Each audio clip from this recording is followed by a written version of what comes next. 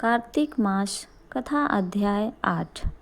नारद जी बोले, अब मैं कार्तिक व्रत के उद्यापन का वर्णन करता हूँ, जो सब पापों का नाश करने वाला है। व्रत का पालन करने वाला मनुष्य कार्तिक शुक्ला चतुर्दशी को व्रत की पूर्ति और भगवान विष्णु की प्रीति के लिए उद्यापन करे। तुलसी के ऊपर एक सुंदर मंडप बनवावे, उसे केले के खंभों से संयुक्त करके नाना प्रकार की धातुओं से उसकी विचित्र शोभा बढ़ावे।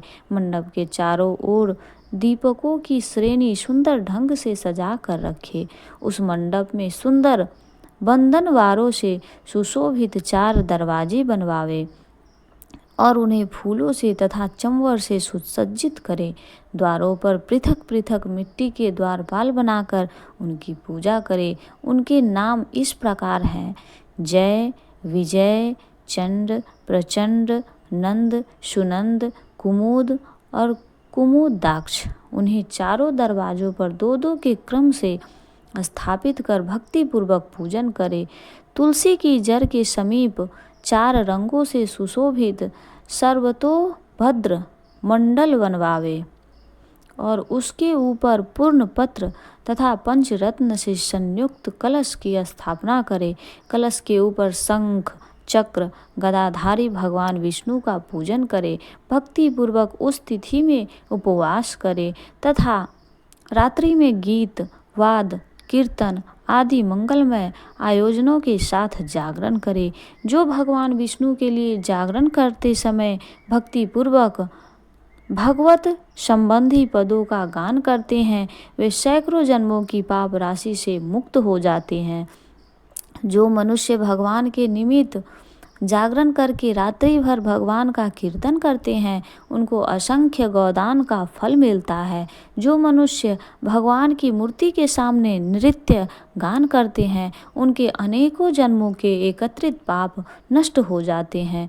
जो भगवान के सम्मुख बैठकर कीर्तन करते हैं और बंसी आदि बजाकर भक्तों को प्रसन्न करते हैं तथा भक्ति से रात्रि भर जागरण करते हैं, उन्हें करोड़ों तीर्थ करने का फल मिलता है। उसके बाद पूर्णमासी में एक सपत्नीक ब्राह्मण को निमंत्रित करे।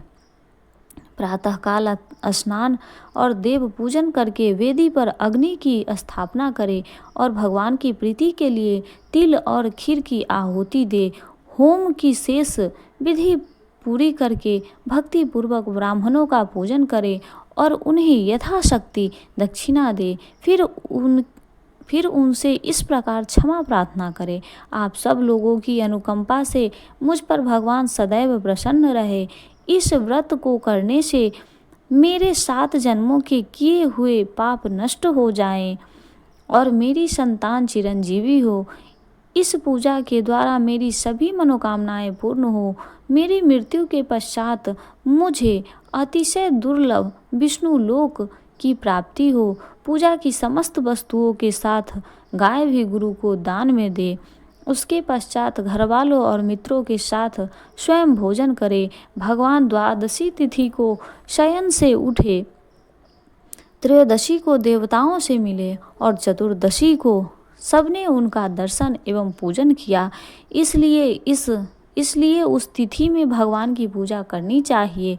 गुरु की आज्ञा से भगवान विष्णु की सुवर्णमयी प्रतिमा का पूजन करें। इस पूर्णिमा को पुष्कर तीर्थ की यात्रा श्रेष्ठ मानी जा गई है। कार्तिक माह में इस विधि का पालन करना चाहिए। जो इस प्रकार कार्तिक के व्रत का पालन करते हैं, वे धन्य और पूजनीय हैं। उन्हें उत्तम फल की प्राप्ति होती है। जो भगवान विष्णु की भक्ति में तत्पर हो कार्तिक में व्रत का पालन करते हैं, उनके शरीर में स्थित सभी पाप तत्काल नष्ट हो जाते हैं।